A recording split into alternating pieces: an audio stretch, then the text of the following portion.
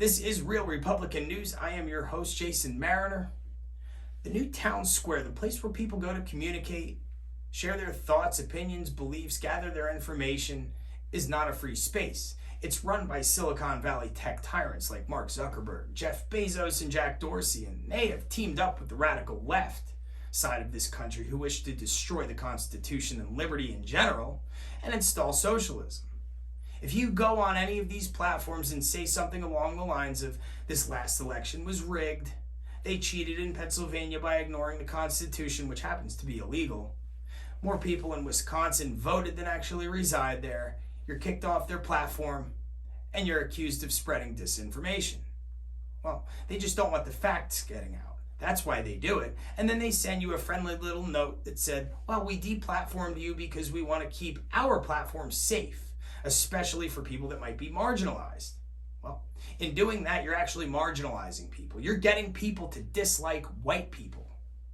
You're convincing them that if we voted for Donald Trump and that we're conservative Americans who believe in things like God, family, and country, equity, and justice, and liberty, that we must be racists, homophobes, xenophobes, whatever phobes. You make up names for us, and you get other people to believe it. You know that if you tell a lie over and over and over again, it starts to become truth. That's how others perceive it. It's a well-known fact and tactic. You're deploying it every single day on your platforms.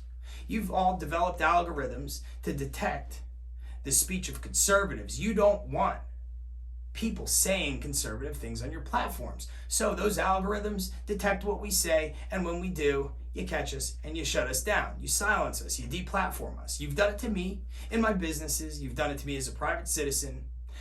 You've done it to a sitting U.S. president. You've done it to practically every conservative that I know. And every single time you do it, you're shutting us down, and nothing that anyone said would get anyone hurt. You're so focused on shutting down the voice of the opposition that you're missing the important stuff, and people are getting hurt because of it. We just saw a massive, tragic shooting occur at a grocery store in Boulder, Colorado. 9 innocent civilian lives were lost, and 1 law enforcement officer lost his life. Those people are gone forever. But you didn't detect what the shooter was saying. You jumped on it. You used it as an opportunity to further your political agenda, and you said it was an angry white male with one of his AR-15s, which must immediately be banned. You politicized it. You politicized a tragedy right away before anyone did any investigative journalism. Those weren't facts. It was propaganda. It turned out those stories didn't age well because we learned that he was Syrian, Muslim, radicalized. He had professed his hatred and disliking for Donald Trump. He was the exact opposite of what you wanted us to believe he was. I'm not going to mention his name, but even the news media took measures to make his name sound more Caucasian, if you will. But his name doesn't deserve to be mentioned. 9 civilian lives and the life of a law enforcement officer could have been saved if you spent any of the time that you spend detecting what conservatives say, detecting what radicalized terrorists say. This guy's father was posting anti-American, pro-ISIS stuff constantly. Every time something like this happens, we look back and we see these posts and everyone scratches their heads and says, how come no one noticed? Why wasn't anything said? Why did they get away with this? It shouldn't have happened in the first place. You're so good at developing algorithms to detect the things that people say, but you ignore the important stuff.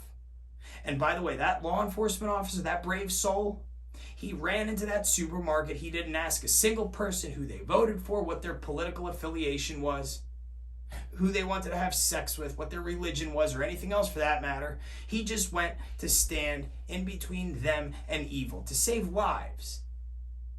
That's exactly what the 3 of you would do if evil was trying to get you. If someone was trying to kill you, you dial 911 and hope the police showed up in time to save your life. Yet, on your platforms, I'm constantly seeing defund the police. The police are racists, murderers, bigots, terrible people, murderers. It's exactly not what's going on. The police are good people. They clock in every day knowing they might not go home, and they do it willingly, and it's because they want to save lives and help people. The things that are happening on your platforms, again, are getting people hurt. The anti-law enforcement rhetoric is the reason why we've seen such a spike in officer executions. This is what's leading to them getting shot while they're sitting in their squad cars eating lunch, doing absolutely nothing wrong, hoping to go to their families when their shift is over, but their lives are taken because of your false narrative that you allowed to exist on your platforms. We already know that you can get rid of certain things that are said. You get rid of conservatives extremely well and quickly, yet you can't seem to catch the radicalized terrorists and the people who kill police. You're complicit, and you don't care. It's become blatantly obvious. I will not stop in this endeavor until I see the day come to pass where you are stripped of your ability to take civil liberties away from any Americans. Conservative or not, I would fight just as hard for the free speech of a liberal as I would a Republican. In fact, one last note here. The definition of liberalism is that it's okay for someone to believe something that you don't believe, to have an open debate, and to still peacefully coexist after that debate. You don't have to hate one another. This country doesn't need unity like everyone's saying. We need to get back to a place where we can agree to disagree and still be friends, because above all else, we should call ourselves Americans. That's what we need in this country. And we need tech tyrants like yourselves, Mark Zuckerberg, Jeff Bezos, and Jack Dorsey, and all the rest of your cronies in Silicon Valley to stop pushing a false narrative and fooling people into thinking something's happening that's not, because it's now getting people hurt. Enough is enough. To my audience, I say God bless you, your families. Our prayers and thoughts are with the families that lost loved ones during that supermarket shooting in Boulder. And our prayers are always with the law enforcement community, who we know willingly risk their lives every day to stand between us and evil. Until next time, be well, everyone.